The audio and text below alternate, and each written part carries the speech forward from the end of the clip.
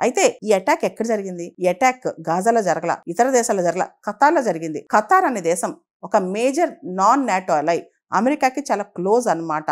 యాక్చువల్గా చెప్పాలంటే అమెరికాకి క్లోజ్ అలై, అంటే అమెరికాకి చాలా దగ్గర సంబంధం ఉన్న ఖతార్ని అటాక్ చేయడం అది రైట్ కాదని చెప్పి అమెరికాలో అఫీషియల్స్ కూడా భావిస్తున్నారనమాట. ముఖ్యంగా ఖతార్ ఇప్పటి వరకు కూడా చాలా negotiating role, diplomatic role play చేస్తూ ఉంటుంది. మిడిల్ ఈస్ట్ లో చాలా చర్చలు అక్కడ జరుగుతాయి. ఇన్ఫాక్ట్ ఖతార్ రకరకాల యుద్ధాలను ఆపడానికి తన ఒక ఆర్బిటర్ గా వ్యవహరిస్తూ ఉంటుంది అనమాట.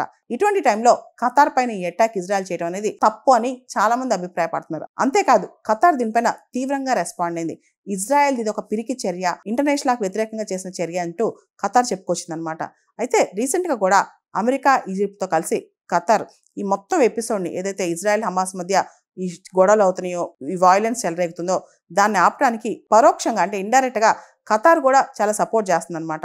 ముఖ్యంగా ప్రిజనర్ స్వాపింగ్ విషయంలో, సీజ్ ఫైర్ విషయంలో ఖతార్ చాలా ముందుకెళ్తుంది. అయినా కానీ ఇజ్రాయెల్ ఖతార్లోని రెసిడెన్షియల్ బిల్డింగ్స్ మీద అటాక్ చేసి హమాస్ లీడర్స్ కొంతమందిని మట్టుబెట్టిందనమాట. అయితే ఇది ఏమాత్రం మంచి పని కాదని చెప్పి చాలా దేశాలు రెస్పాండ్ అవుతున్నాయి. ముఖ్యంగా డోంట్ షూట్ ద మెసెంజర్. ఎవరైతే నెగోసియేషన్స్ చేస్తున్నారో, ఎవరైతే చర్చలు జరుపుతున్నారో వాళ్ళని చంపితే ఏమొచ్చుద్ది?